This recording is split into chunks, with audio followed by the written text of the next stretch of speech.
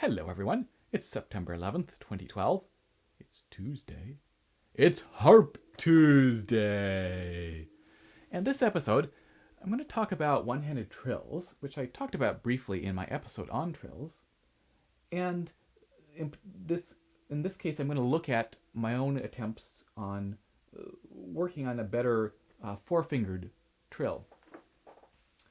And I think in that episode on trills, I talked about how you could do a trill that way. I have a pretty good one-handed trill with just one and two.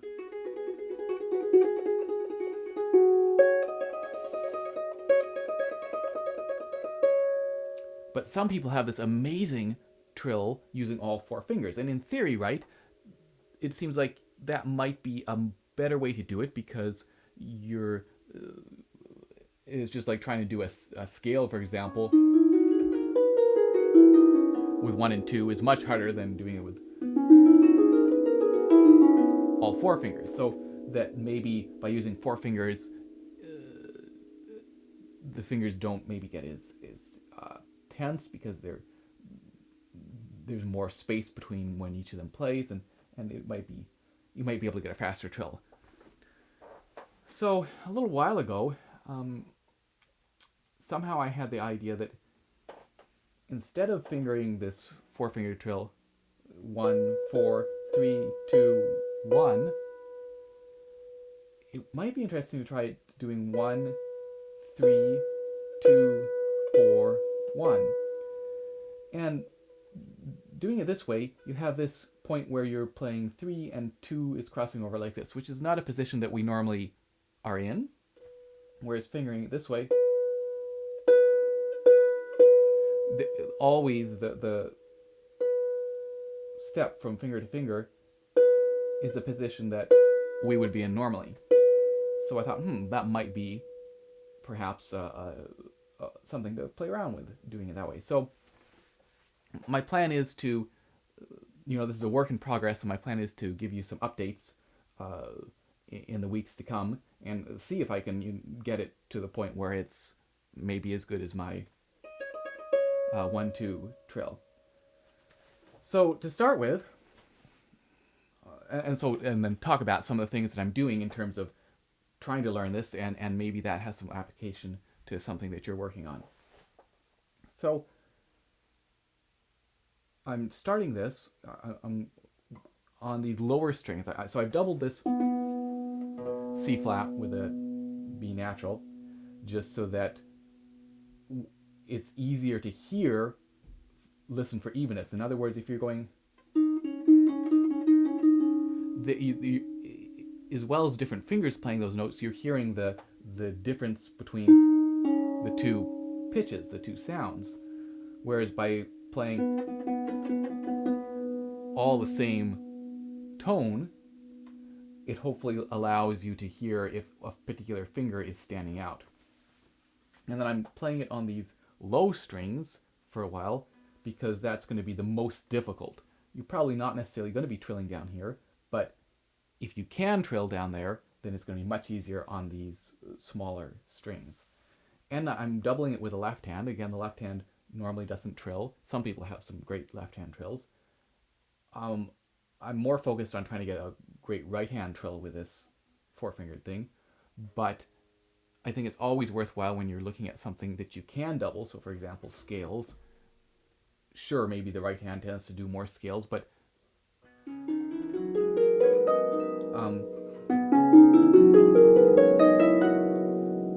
do it with both hands because that kind of helps. The right hand helps pull the left hand along, and you might as well, if you're spending the time working on this scale, might as well, it doesn't take any extra time to do it with both hands. So certainly at a slower tempo, it's worth doing it with both hands. So just starting out slowly and evenly and getting a feel for how this works, how this feels on the fingers. And trying not to get too impatient in terms of wanting to get it going at a faster speed.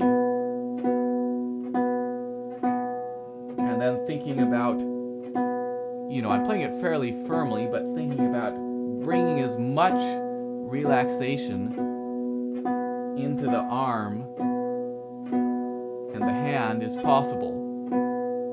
So in particular, for me at least, I would say it's this upper forearm that tension can creep in as you're playing quickly. So it's at this nice, comfortable pace.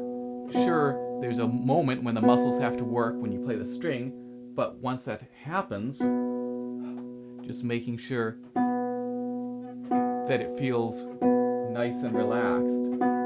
So you're building that sense of relaxation for when you're trying to go faster.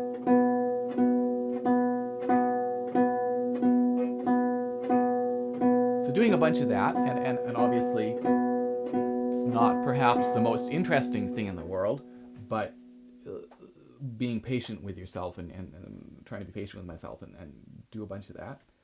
And then, and when I'm doing that, I'm counting in 3 because that changes the emphasis from finger to finger. In other words, we get thumb, 2, 3, 4, 2, 3, 2, 2, 3, 3, 2, 3, 1, the thumb 2, 3, fourth finger 2, 3, second finger 2, 3, third finger. So giving us added emphasis on that 1, and then that lets me emphasize each finger eventually, over a sequence of those triplets, so that rather than going 1, 2, 3, 4, 1, 2, 3, 4, where you're always emphasizing the same finger. So that's a useful trick, and I think I talked about that in scales too, where 1, 2, 3, 1, 2, 3, 1, 2, 3, 1, 2, 3, 1, 2, 3, 1, 2, 3, 1, 2, 3, 1, 2, 3, 1, 2, 3, 1, 2, 3, 1, 2, 3, and now 1 is on 3 there. So again, you're changing constantly which finger is being accented. So then also breaking it down and looking at, well, what's stopping me from playing it fast? So, and here, let me just try again on these big strings. Let's bring the speed up and just see. I'm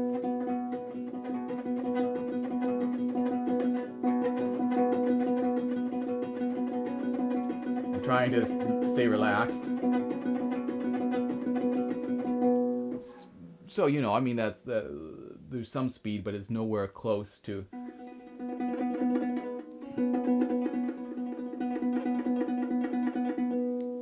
sort of the speed that I would like it at. So then looking at what's stopping it from going fast. So let's break down and we can do any 2 notes. We can play that basically as fast as we want, right? So how about 3? When we add that third note in, how fast can we get that going? And trying to see if that's, I think there's a slight tendency there to go for that thumb to be a little bit longer. And of course, there's that time that the 2 needs to go and find the string again. So, but trying to listen for have it sound just really even. Okay, that's not too bad. That seems like we can play that fairly quickly. What about 3, 2, 4? And that's more awkward. So it's that getting 4 on the string.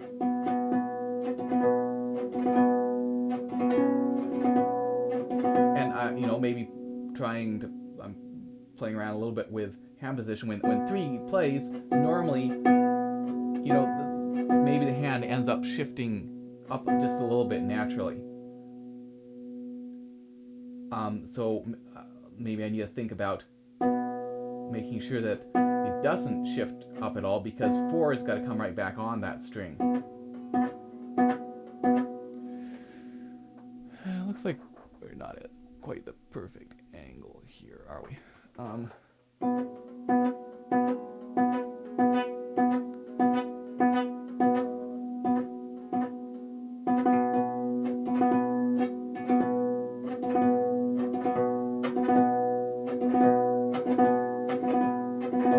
this is definitely feeling much more difficult than,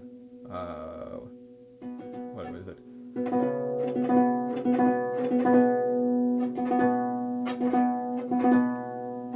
And again, this feels like something you might encounter in a piece, whereas this is a sort of a fingering that I don't come across, that I can think of.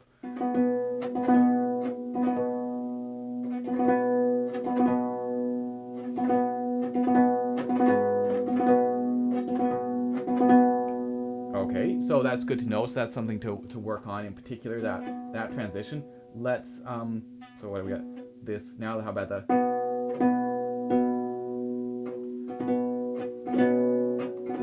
Well, this would be a lot easier if this was 3, because that you do quite a bit, but having 4 in this narrow gap, I mean, again,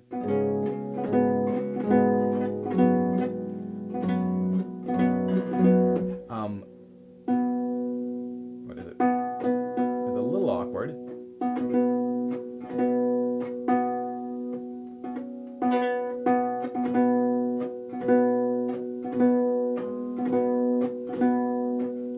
Again, thinking about making sure is wrist is the arm or the fingers is the hand relaxed.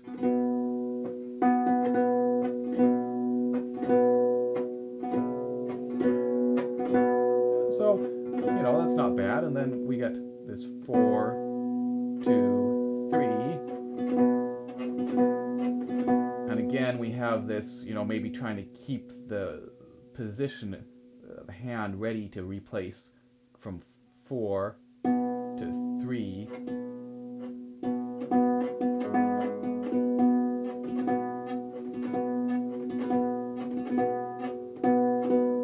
You know, here, when I'm playing it loudly,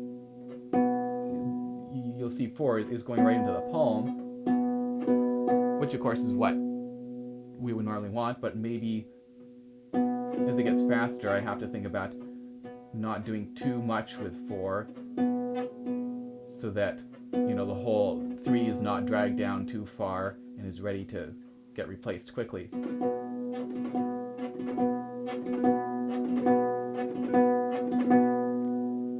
And so then after working on that, how about 4 notes, seeing how that feels, where are the parts that are more awkward and where are the parts that are easier. So okay, let's start again. So again, that transition here is a little awkward.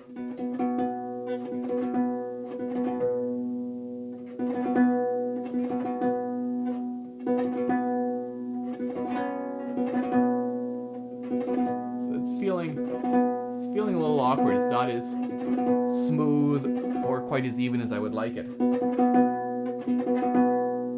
How about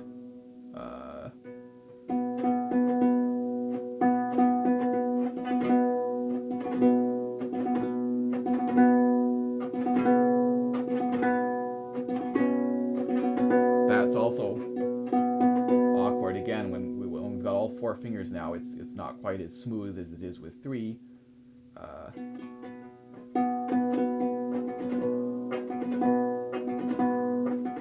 This feels easier than the other 2, or more natural. So that's the 2, 4, 1, 3.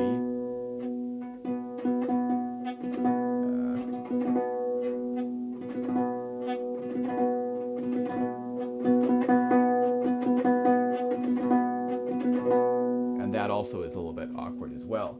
And then you can go on to see, well, okay, how about if we do 5? So in other words, if we can do 5 at a really fast speed, that means we've done 4 and replaced the original and played the original finger, whatever we're starting on. So then in theory, we can just keep doing that, right? And of course, what can happen is that the more you do it, maybe the more tension creeps in and the more the chance that something goes wrong. But in theory, if you can do that 5 notes at a speed that you like, you should be able to eventually, I guess it's a sign that eventually, hopefully with practice, you can get the whole thing at a tempo that you're happy with. So again, if we start, just trying to get that.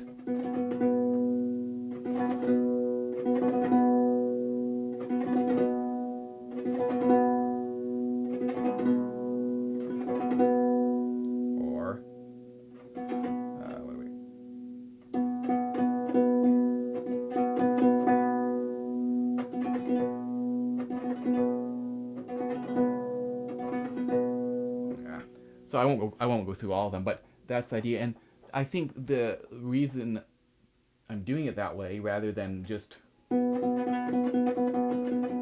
trying to build up speed here is that what it does is by breaking it down to these little sections, is it lets you play that little section quite quickly, and then you're done. So then you relax. It hopefully makes it so that you get a feel and a sense of how it feels to play it really fast without letting too much tension creep in. And so that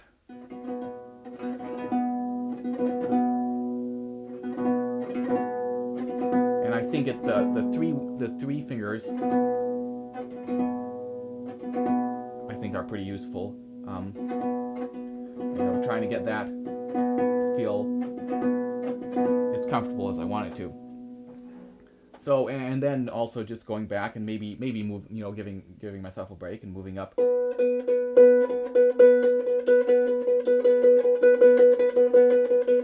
And trying increasing the speed and feeling relaxed, and is there some way I can shift my hand that makes it feel better?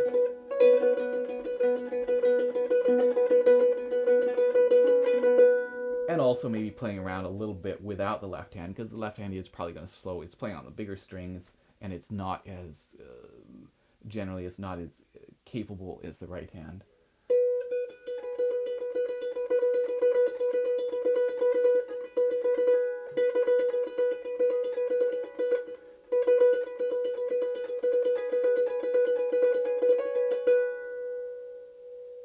Let's see here.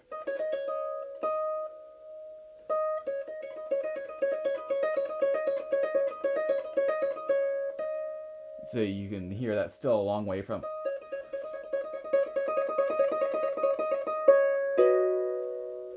But, it's getting there. And again, not being impatient. So at this tempo, I feel like I'm in control. I can keep things relaxed. And so trying to resist the temptation to try to always be pushing, because I think by training yourself to how you want it to feel at this comfortable tempo,